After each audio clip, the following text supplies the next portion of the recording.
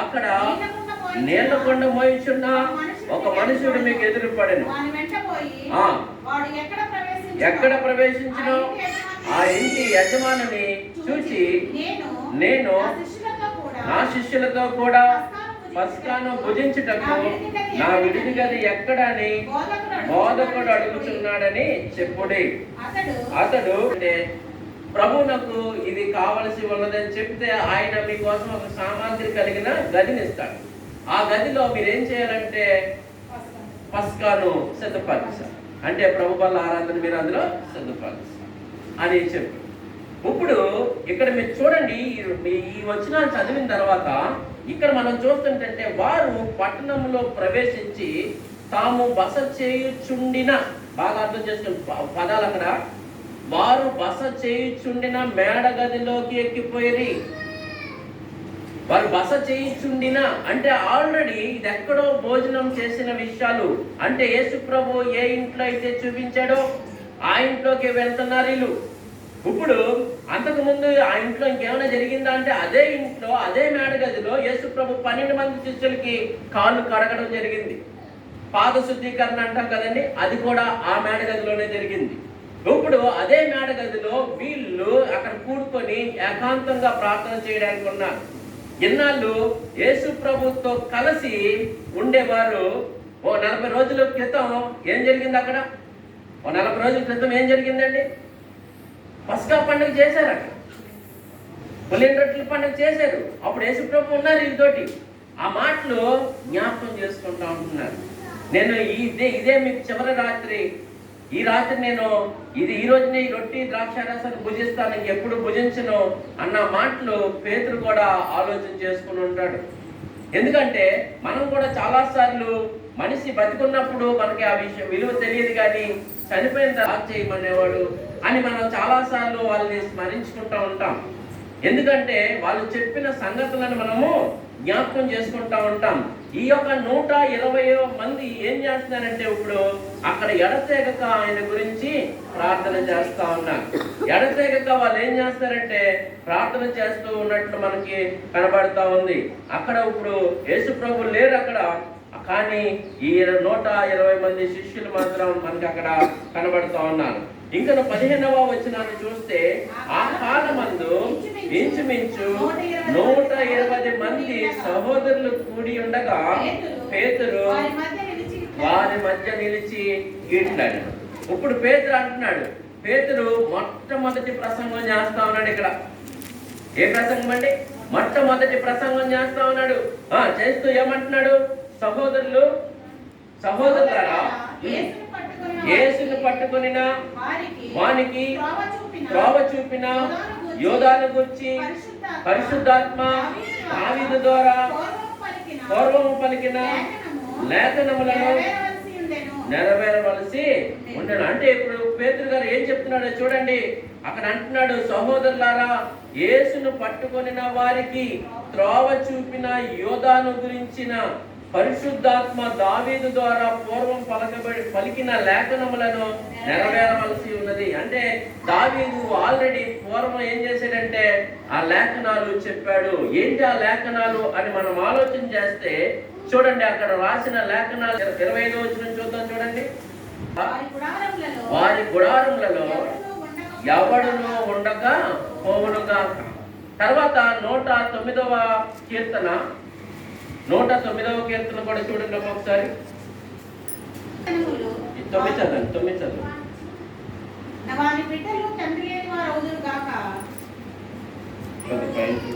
పేతురు జ్ఞాపకం చేసుకొని, అయ్యలారా, ఇప్పుడు ఆ 16వ వచనంలో అంటున్నాడు, సహోదరులారా, యేసును పట్టుకొని వారికి త్రోవ చూపిన యోధాను గురించి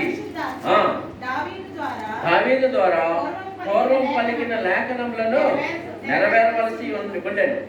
అతడు మనలో ఒకడుగా ఎంచబడిన వాడై ఈ పరిచర్యలో పొందెను. ఈ యూదా ద్రోహము వలన సంపాదించిన రోకల నుంచి ఒక పొలమును కొనెను. అతడు తల క్రిందులుగా పడి నడిమికి బద్దలైనందున అతని పేగులన్నీ బయటికి వచ్చెను. లూకా డాక్టర్ కాబట్టి దీన్ని ఇంకా వివరంగా రాస్తాం. లూకా ఇంకా వివరంగా రాసి ఇంకో చోట సువార్తలు అన్నట్టు ఉరి పెట్టుకున్నాను అన్నట్టు. లూకా డాక్టర్ కాబట్టి ఆయన ఎలాగా దాన్ని ఉరేసుకుంటే ఎలా పడిపోయాడో అన్నీ కూడా వివరంగా రాసి దాన్ని మనకి విషయాలు అన్నీ కూడా బయట పెడతా ఉన్నాడు. తర్వాత అంటున్నాడు, ఈ సంగతులు యెరూషలేములో కాపురం ఉన్న వారందరికీ తెలియవచ్చును గనుక వారి భాషల్లో ఆ పొలమును అక్లేదం అనబడి ఉన్నది. దానిని రక్తభూమి అని అర్థము. ఇందుకు ప్రమాణముగా అతని ఇల్లు, చూడండి 69-25లో మాట్లాడుతున్నాడు, అతని ఇల్లు పాడైపోవును గాక, దానిలో ఎవడను కాపురం ఉండకపోవును గాక, అతని ఉద్యోగము వేరొకడు తీసుకొనను గాక అని కీర్తన గ్రంథంలో రాయబడి ఉన్నది. ఈ విషయాలు పేతురు గారు ఈ విషయాలు మనకి చెప్తా వస్తున్నాడు. అంటే ఆయన ఎక్కడున్నాడు, ఏం చేస్తున్నాడో ఈ విషయాలన్నీ కూడా చెప్పుకుంటూ వచ్చి పేతురు అందరిలో నిలబడి ఆ మాటలు మాట్లాడుతూ ఉన్నాడు.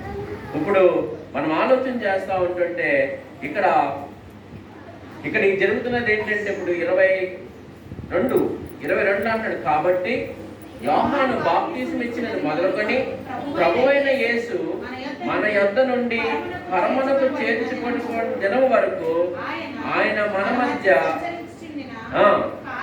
కాలమంతయు మనతో కలిసి ఉన్న వీరిలో ఒకడు మనతో కూడా ఆయన పునరుత్థానం గురించి సాక్షి అయి ఉండుట ఆవశ్యకమని చెప్పారు. ఇక్కడ ఏం చెప్తున్నాడంటే, ఇప్పుడు ఎక్కడి నుంచి అంటే యోహాను బాప్తిసం మొదలుకొని ప్రభు అయిన యేసుక్రీస్తు యొద్ద నుండి ఆయన వెళ్ళి పరమునకు చేరుకునేంత వరకు కూడా ఏమేమి జరిగాయో అన్ని విషయాలు కూడా చెప్పుకుంటా వస్తాం.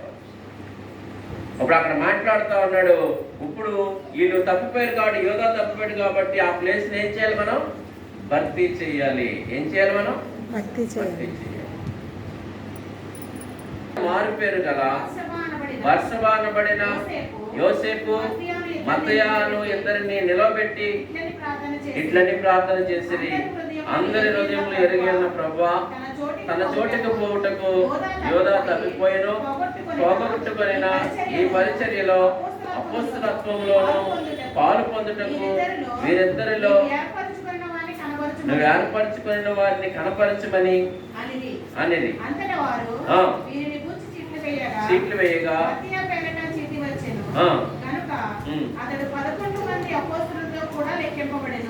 అతడంటే ఎంతమంది లెక్కించబడ్డాడంటే 11 మంది అపోస్తులతో కూడా లెక్కింపబడెను. ఇప్పుడు అపోస్తుల సంఖ్య క్లియర్ అయిపోయిందంటే అక్కడికి 12 మంది అయిపోయారు. కానీ ఇక్కడ మరి ఆయన కూడా దేవుడు మరి అపోస్తులుగా చేశాడు. మరి ఆయన పరిస్థితి ఏంటంటారు? ఇప్పుడు దీని తర్వాత ఇంకొక ఆయన వస్తాడు, నేను అపోస్తులుడిని అన్నాడు. ఆయన మీకు అప్పుడే కనబడ్డాడు. ఆయన 9వ అధ్యాయంలో కనబడతాడు. ఆయన ఎన్నో అధ్యాయంలో కనబడతాడు? ఆయన 9వ అధ్యాయంలోకి వస్తాడు. ఆయన ఎవరో కాదు, అపోస్తులుడైన పౌలు గారు. నేను అపోస్తులలో ఒక్కడినే అంటాడు. నిజంగా యేసుప్రభు ఆయన ప్రత్యక్షమయ్యాడు, ఆయన కనబడ్డాడు, ఆయన చూశాడు. ఇవన్నీ చూసిన పౌలు అంటున్నాడు, నేను అపోస్తులుడు అన్నాడు. అపోస్తులుడు అన్న పదానికి అర్థం ఏంటంటే, యేసు ప్రభుని ఎవరైతే చూసి ఇలా తాకి ఇలా మాట్లాడి డైరెక్ట్ గా చేశారో వాళ్ళు అపోస్తులు. ఈరోజు చాలా మంది అపోస్తులు అనేసి పెట్టుకొని తిరుగుతూ ఉంటారు, వాళ్ళందరూ దొంగ అపోస్తులు. డైరెక్ట్ గా ఆయనతో కూర్చున్న వాళ్ళని అర్థం, వాళ్ళని దేవుడు పంపబడిన వాళ్ళని అర్థం. మరి ఇప్పుడు అపోస్తులు అన్న వాళ్ళు ఎవరు ఎడతెగక ప్రార్థన చేస్తూ ఉన్నారు. ఇవన్నీ కూడా ఏంటి, పెంతెకొస్తు దినానికి యూదులందరూ కూడా, ప్రపంచంలో యూదులందరూ అక్కడికి రావాలి. ప్రపంచంలో ఉన్న యూదులందరూ అక్కడికి రావాలి. అందరూ ఒకరినొకరు అక్కడికి తీసుకొని వస్తారు. అందరూ అక్కడికి వచ్చిన తర్వాత వాళ్ళకి ఏంటంటే అది ఒక పండగలాగా జరుగుతుంది. ఇదంతా కూడా నెక్స్ట్ క్లాసెస్కి మీకు అనుకూలంగా ఉంటాయని ముందే చెప్తున్నాను. ఈ మాట మీరు వేసుకుంటేనే కానీ అది మీకు అక్కడికి వెళ్ళేటప్పటికి అవి అర్థం కావు. ఇప్పుడు చాలా మంది ఇక్కడ ఏమని ఆలోచిస్తున్నారంటే వాళ్ళు ఇంకా పరిశుద్ధాత్మను పొందుకోలేదు, కానీ ఏమని చేశారంటే అక్కడ ఆల్రెడీ కార్యం చేస్తారు. నెక్స్ట్ సండే ఇక్కడ బేతనీయ గురించి మనం చూసాం. బేతనీయ ఎక్కడ కనబడింది మీకు?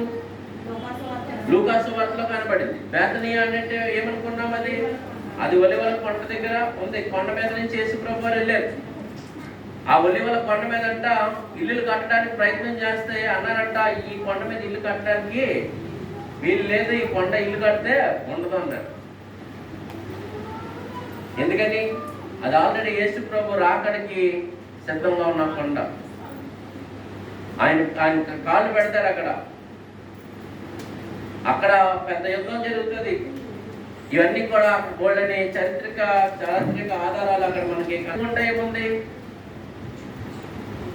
యెరూషలేము కొండ ఉంది. మీకు అయింది అందులో దొరకదు. అందరూ కలిసి ఒకసారి యెరూషలేము టూర్ వేద్దామంటే వేసేద్దాం. లోయ, ఈ లోయలోని అక్కడ అది జియోగ్రఫీ చెప్పుకుంటూ ఒలీవల కొండకి కిందే ఉంది గెత్సేమనే తోట ఉంది. ఏముందండి?